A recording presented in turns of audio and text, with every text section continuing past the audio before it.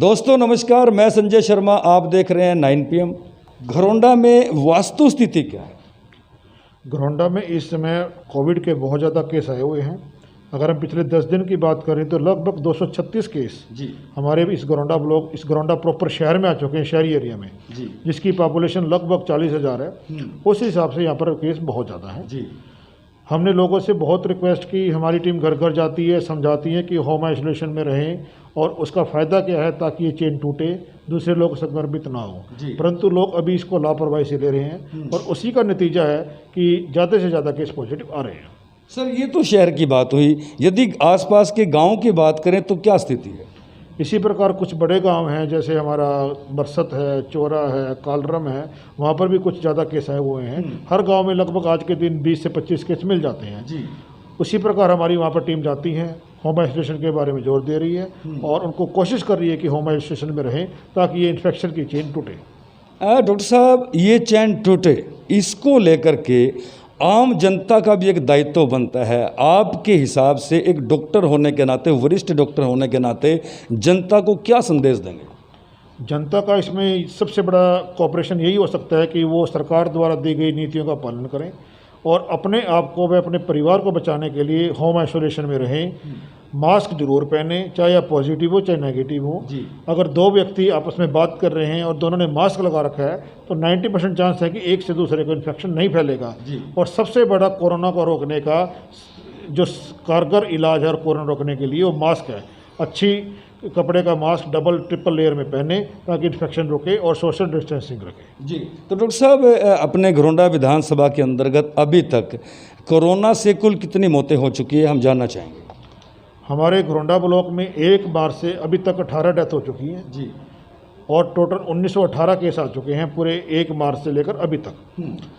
18 की 18 मौतें हमने चेक की हैं तो इनमें कुछ को कोमॉर्बिड साथ में थी कि पहले भी बीमारियां थी, इसी कारण उनकी डेथ हुई है। जी तो अभी मौजूदा समय में यदि भविष्य को लेकर के बात करें तो घरौंडा CHC में कोविड पेशेंट को लेकर के क्या सहूलियत सरकार की ओर से प्रदान की गई? सरकार द्वारा 10 बेड इस संस्था में निर्धारित किए गए हैं कोविड पेशेंट्स के लिए, जिसको हमने एक अलग आइसोलेशन बिल्डिंग में रखा है। यहाँ पर राउंड द क्लॉक डॉक्टर व नर्स काम करेंगे। इसमें से अभी तक हमारे पास 5 बेड ऑक्सीजन के हो चुके हैं और उम्मीद है कि शाम तक हम 10 के 10 बेड ऑक्सीजन के कवर कर देंगे। इसमें जो हल्के लक्षण वाले मरीज हैं उनका इलाज किया जाएगा और उनको दाखिल करके जो भी जरूरी सुविधाएं हैं वो दी जाएंगी। अच्छी खबर है, घरौंडा शहर और आसपास के ग्रामीण क्षेत्रों में रह रहे ग्रामीणों के लिए आ रही है कि प्रॉपर घरौंडा शहर में CHC में 10 बेड की सुविधा सरकार की तरफ से दे दी गई है। लेकिन डॉक्टर साहब, कहीं ना कहीं बात सामने आ रही है पिछले कई वर्षों से कि घरौंडा CHC में और आसपास जितनी हमारी PHC हैं उनमें डॉक्टरों की बड़ी भारी कमी है, स्टाफ की बड़ी भारी कमी है। ऐसे में कोविड महामारी से निपटने के लिए डॉक्टरों को और स्टाफ को किस किस तरह की दिक्कतों का सामना करना पड़ रहा है? घरौंडा ब्लॉक में मेडिकल स्टाफ की बहुत ज़्यादा कमी है। इस घरौंडा CHC में 6 मेडिकल ऑफिसर की पोस्ट हैं, लेकिन काफ़ी लंबे समय से 6 की 6 खाली हैं। इसी प्रकार गक्सीना में, कुटेल में, चोरा और कुटेल में तो डॉक्टर हैं, चोरा और बरसत में भी मेडिकल ऑफिसर की पोस्ट खाली पड़ी है, जिसके कारण सिविल सर्जन करनाल द्वारा समय समय पर डॉक्टर का बैकअप दिया जाता है। परंतु राउंड द क्लॉक ड्यूटी करने में बड़ी परेशानी आती है, डॉक्टर्स को डबल काम करने पड़ रहे हैं। और इसी प्रकार हमारा बाकी स्टाफ भी, जैसे कि LT भी यहाँ पर बहुत कम है, जितने टेस्ट कराए जाते हैं उसके हिसाब से LT कम है। तो सर, अभी मौजूदा वक्त में जिस तरह से महामारी देखने में आ रही है कि मतलब होना क्या चाहिए प्रशासन से, आप क्योंकि यहाँ के वरिष्ठ चिकित्सा अधिकारी हैं, मुख्यतः क्या डिमांड रहेगी कि इस समय हम आम जो हमारे साधारण पेशेंट हैं और कोविड के पेशेंट हैं, जाहिर सी बात है कि 4 गुना दबाव, 4 गुना प्रेशर इस वक्त जो है डॉक्टर और स्टाफ पर है। तो कम से कम इस वक्त जो है घरौंडा PHC और CHC में प्रशासन की तरफ से जल्द से क्या व्यवस्था होनी चाहिए?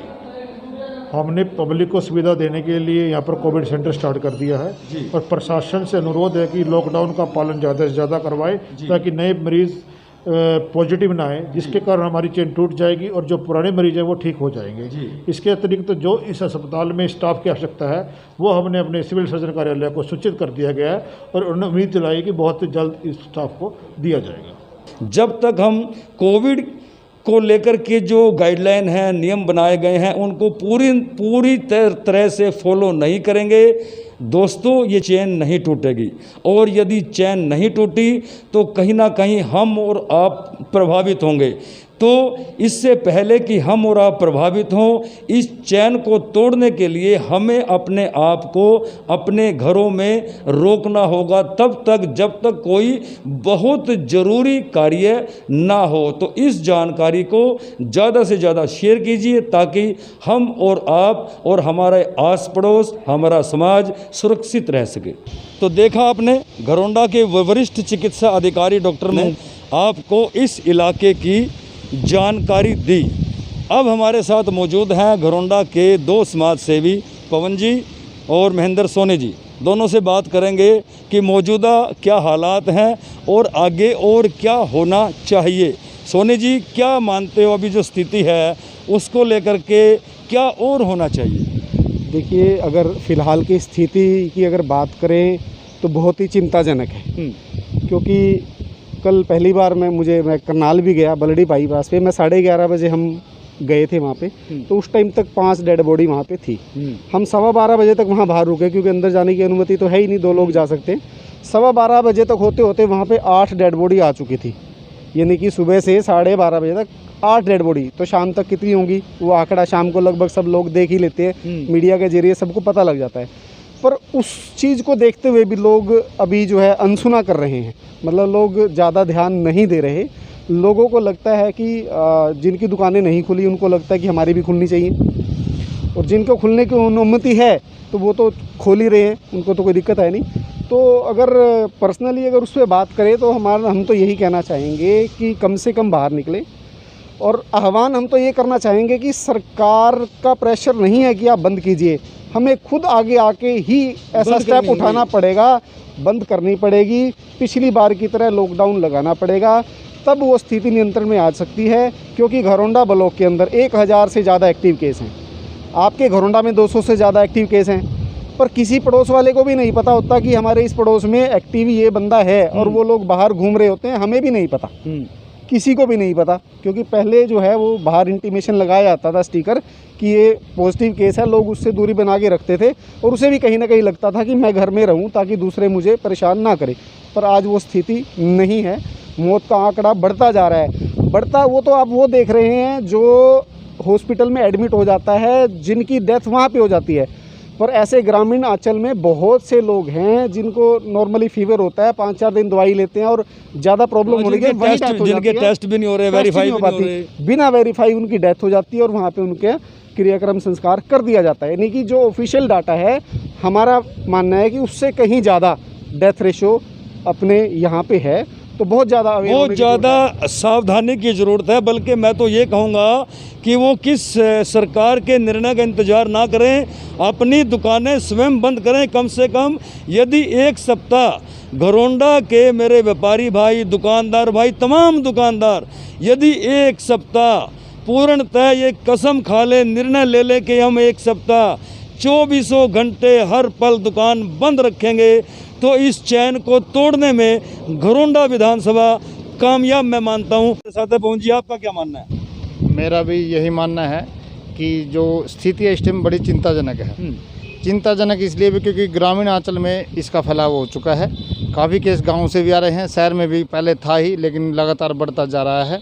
मेरा तो ये मानना है कि जो शहर में सबसे बड़ी चिंता का विषय है कि हमारी death rate on the record भी कल मेरे ख्याल में सबसे बड़ा आंकड़ा था 14 डेथ का। 14 डेथ बहुत होती हैं।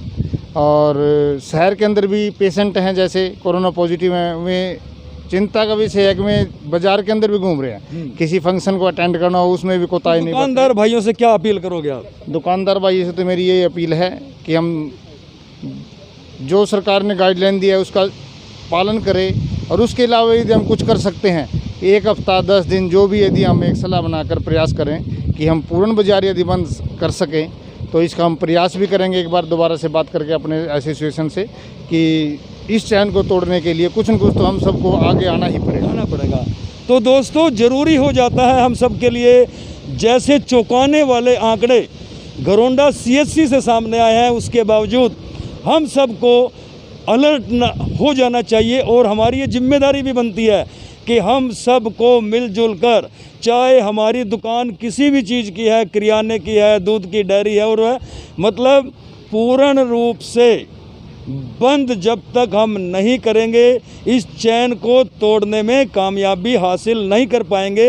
तो ये हम सब की जिम्मेदारी बनती है। मैं तमाम घरौंडा के व्यापार मंडल के पदाधिकारियों से भी ये निवेदन करना चाहूँगा कि वो इस दौरान एक ज़रूरी बैठक जो है बुला करके उसमें ज़रूरी निर्णय लें, ताकि जनता को भी दिक्कत ना आए और घरौंडा विधानसभा में कोरोना महामारी को लेकर के जो चैन लगातार बढ़ रही है उसको तोड़ने में घरौंडा के लोग कामयाब हों।